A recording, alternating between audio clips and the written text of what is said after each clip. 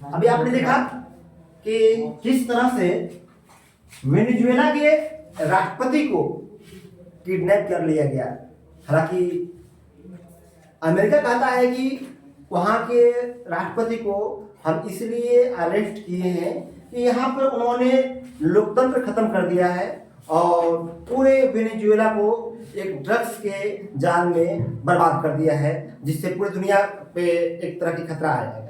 और वहाँ के राष्ट्रपति को गिरफ्तार करके यूएसए के न्यूयॉर्क ले जाकर वहाँ पर आपको बंदी बना दिया गया है। सोचिए कितना बड़ी बात है कि एक देश के राष्ट्रपति को गिरफ्तार कर लिया जाता है यूएसए के द्वारा। ये कोई नई बात नहीं है। यूएसए समय समय पे इस तरह की घटनाएं करती रही है।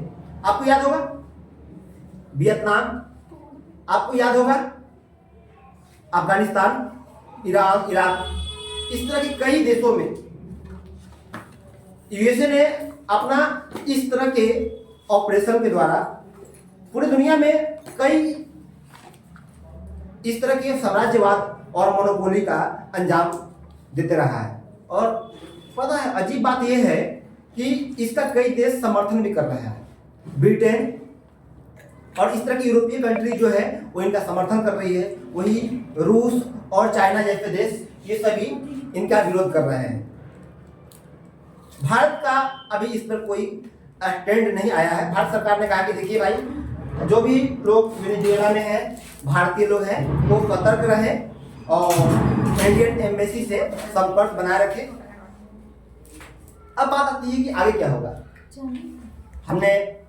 हम सभी बचपन से first world war, second world war के बारे में पढ़ते आ रहे हैं और पिछले 2022, 2023, 24, 25 में आपने देखा कि किस तरह यूक्रेन रसिया वार हुआ।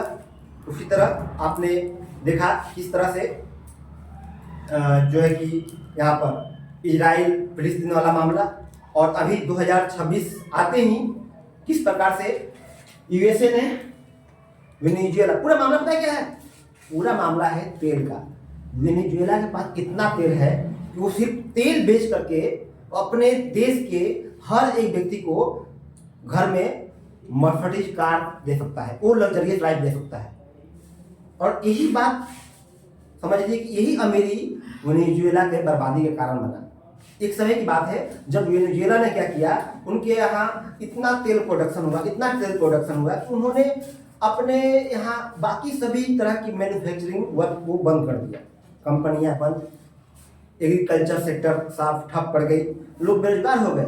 लोग पैसे की जरूरत नहीं है, इतने सरकार के पास पैसे दी, सरकार ने इतने पब्लिक वेलफेयर पे पैसे खर्च किया और उसी की वजह से एक तरफ उनकी इकोनॉमी ध्वस्त हो गई।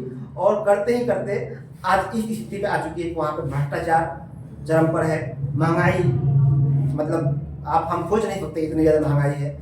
आम आदमी त्रस्त थे पिछले 3-4 सालों से, और ये जो घटनाएं घटी है ये आज चाहे कल घटती, लेकिन अगर देश के लोग खुद से सुधार कर लिए होते वेनेजुएला के समय रहते तो ये घटनाएं आज अमेरिका को नहीं करने का मौका देता।